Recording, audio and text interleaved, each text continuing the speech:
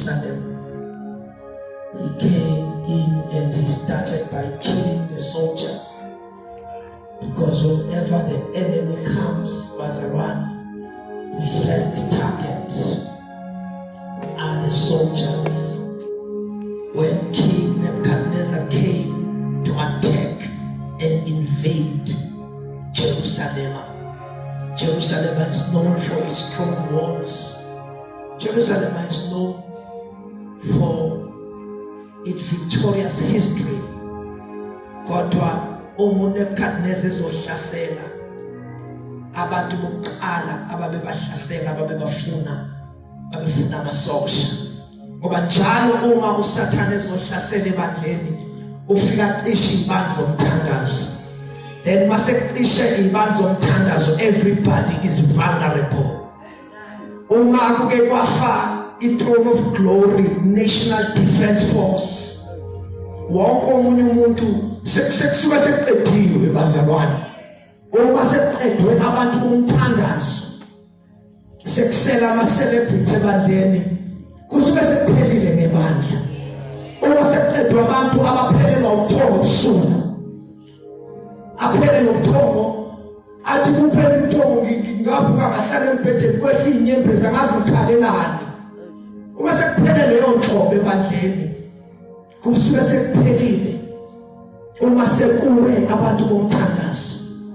Ngoba abantu bomthandazo bazalwane, lithi iBhayibheli lami, njengokukhuba wavuka uHerod loya owabulala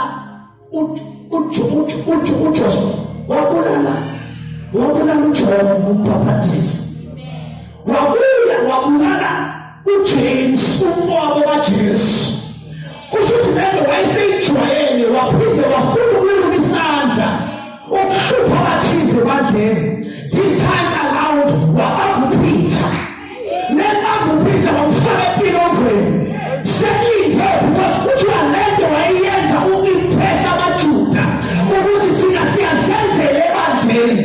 Kwasho ukuthi uJesu uthe ezwini lakhe phendwa ngelidwala, ngisho nakho ibandla lami.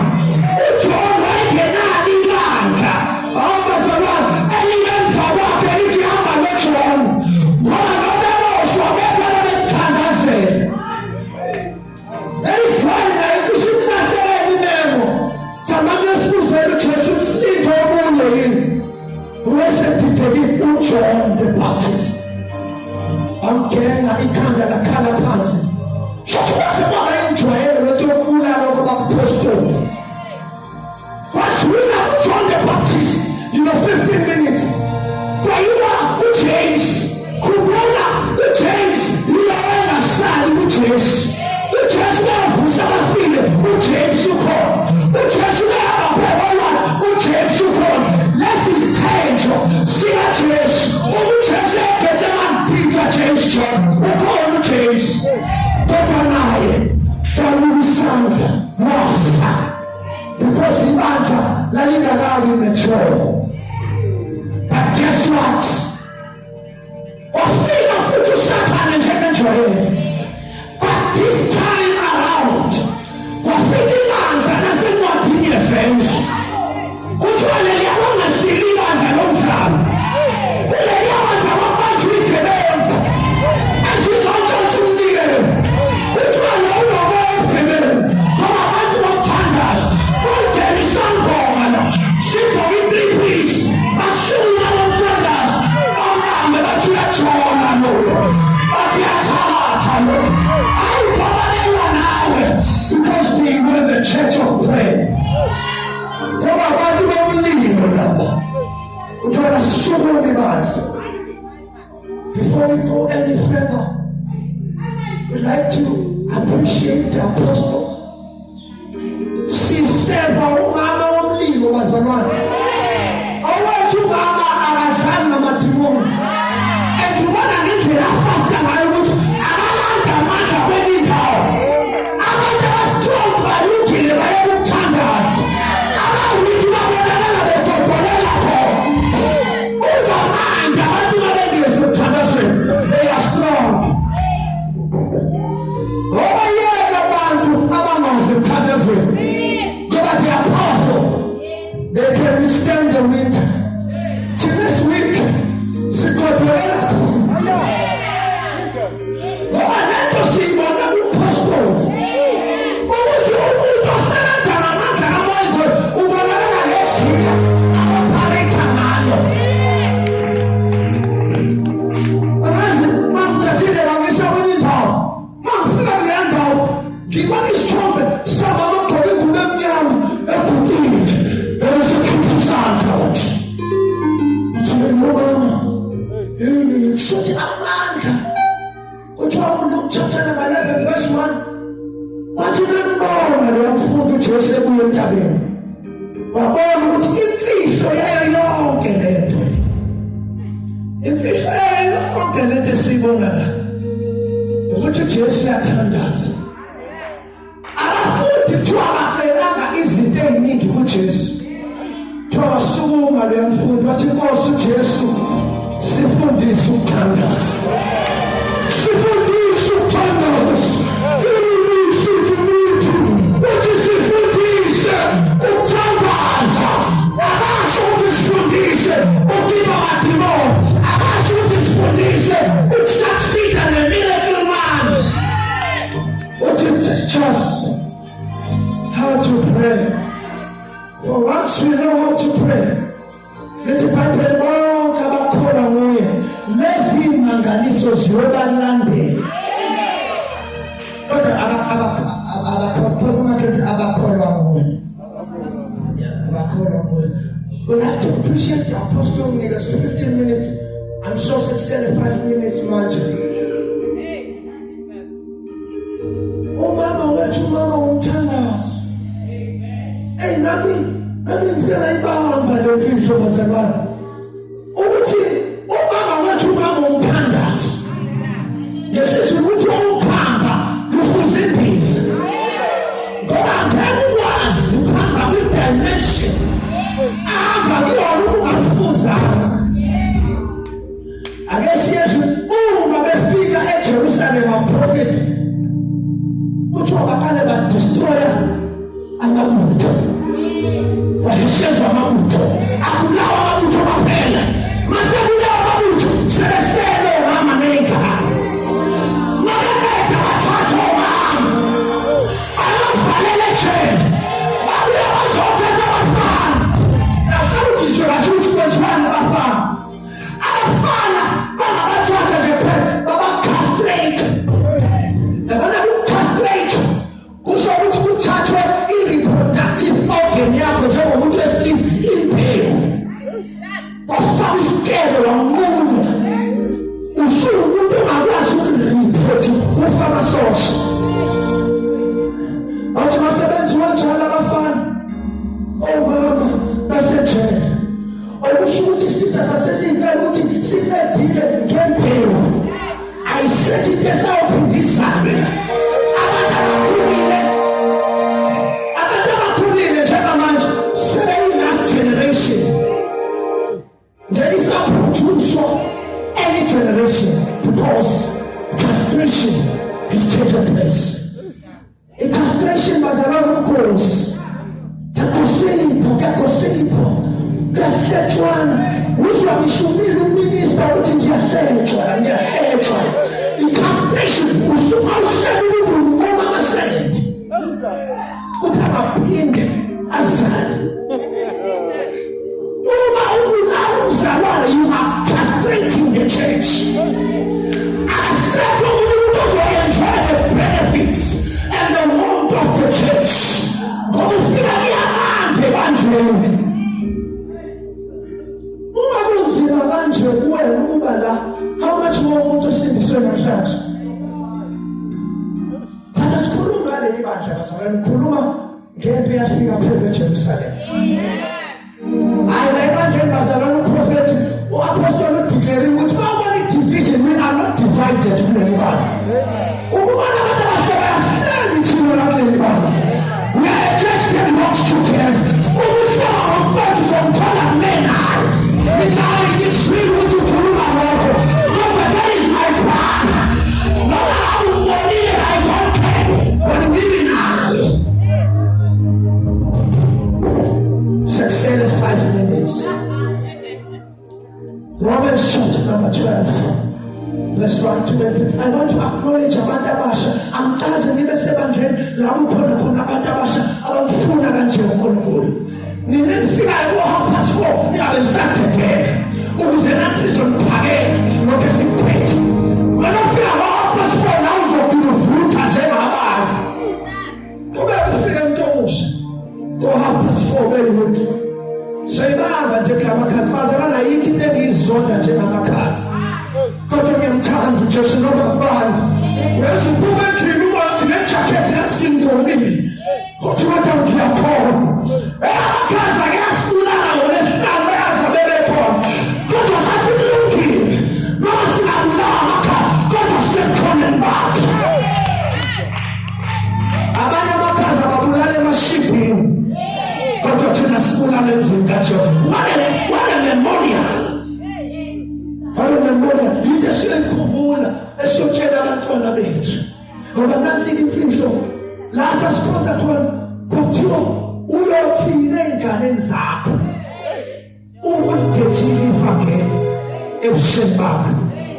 Uyobandlalela yiphi ifayile?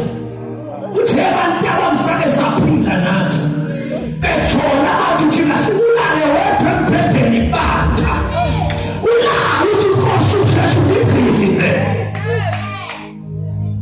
Abantu beshupheshana beshisisana ulale wena emakhazeni. Uyakushuka njani abantwana bakho? Sibantabani kuyahlalwa. Ngoba nina you are not just ama-volunteer, you are marriage material. Yabona umuntu oyi-marriage material akahambe ekhashazo. Umuntu oyi-material ya-marriage ubonakala nangendlela ayiphethe ngayo. Ngoba upotential wakho uyabuka uma-sisters khumbuzo njengoba udlala. Uyasho ukuthi oncwana lilishiye leli bhasi seniyobamba elilandelayo. Noma ngabuza ne-porch kodwa sengizwe lukhulu ngayo. Ngiyabonga. Umuntu abonga ngisho sefika umpostoli usikhumbuzo uduke ngamadolo. Ufuna ukwenza unkosikazi athi sisi ngiyabonga. Manje ngihlale ngisekile. Nanokuthi ngiyogijima ne-Range Rover esikhumbuzo ngiyokhala kwi-Range Rover. Mana umlindo ongenamali. Kodwa kwazi ukuhlala kwi-commitment. Angeke ube yona lento ifuna ukasuyona ukamba yona manje. Angeke ufuna ukuba umlilo masufike khona emsebenzini ukala manje ungakasebenzi.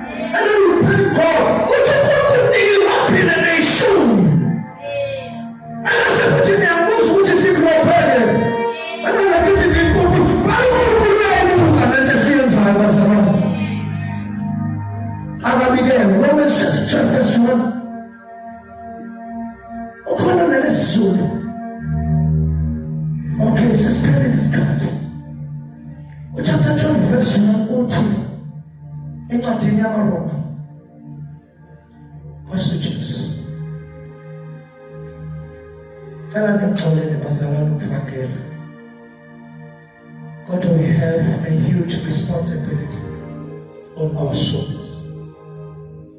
Kuthiwa abanqoba ngegazi lewundlu nangezwi lobufakazi.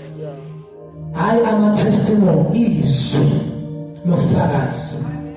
Uma ufika ekhaya kuthiwa uSibanibani akanazo, okusho ukuthi uyamemeza kodwa izwe into ayishoyo uyayisho yena kodwa izwe kuthiwa akanazo. Uma omncane la ekhaya akanazo noma ngathetha ngonyawo lodwa simuzwa izwe izwa ngelakho libhekendeke nokuthi uyafakaza kunokuba ntekente ngoba abantu bayasibuka lithi bangoba ngezi isisindo sento abayikhuluma okushuka ngiyikhuluma ingayenzi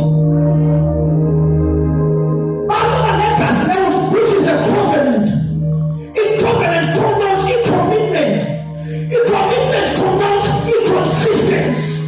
Okushuthi angikhothi ngama-emotions nangama-feelings, angikhothi ngama-seasons. Uthi usisehlangana nakwelesini kune-register engakwayo ukuze sibe neshow ukuthi uphuleka ukuthi usemthandazweni noma uzange emthandazweni. Consistent. Shuthi umpostoli uyayibuka nje le list. Njalo mayibuya igama lakhe alikho umuntu omusha. Kodwa kuthiwa inkonzo yabantu abasha. Sizohamba kanjani enkazimulweni uma sishoda kulezi zinto? Uthi I beseech you therefore, brethren, by the mercies of God, that ye present your bodies as a living sacrifice, holy, acceptable unto God, which is your reasonable service. And be not conformed to this world, but be ye transformed by the renewing of your mind, that you may prove what is good and acceptable and perfect will of God.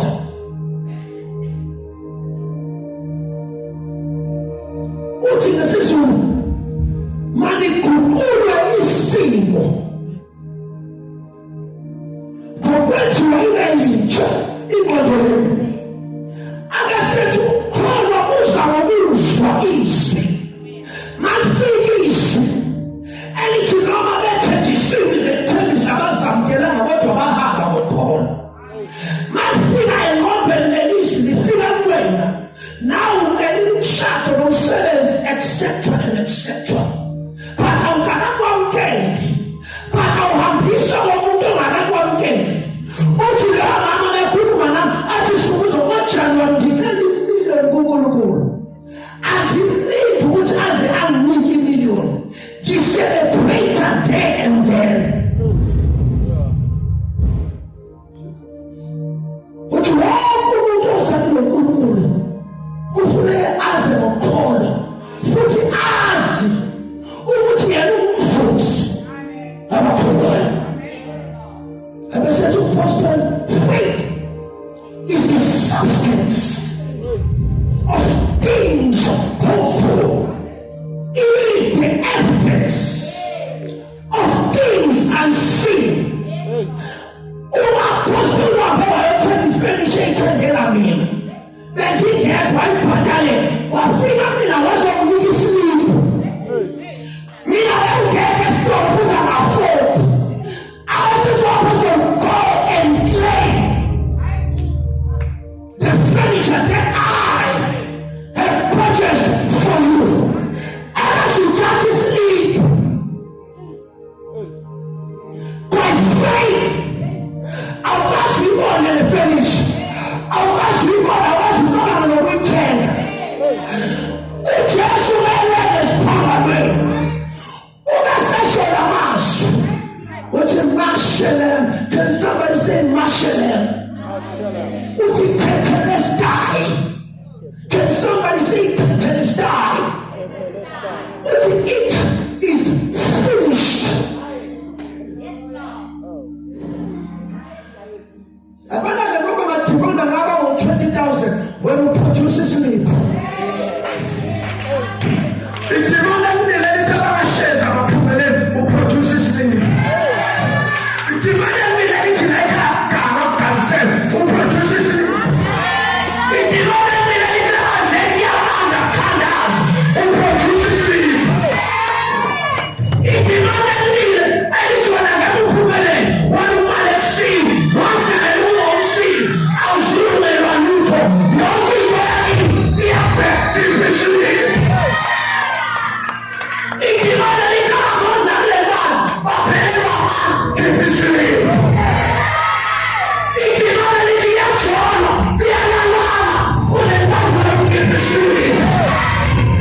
It was finished. Long before I was born. Before I was born, he paid the price. Death cannot keep his prey. Jesus, my Savior, is paying it all. She was moving like this the other day. And she said, the stone has been rolled away. And they looked at the apostle. What was when I said, how we had to?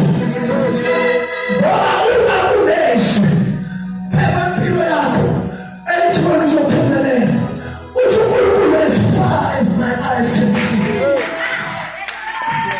Actually statement, yes, who can come to me? Please come to me, my sister. Said yes.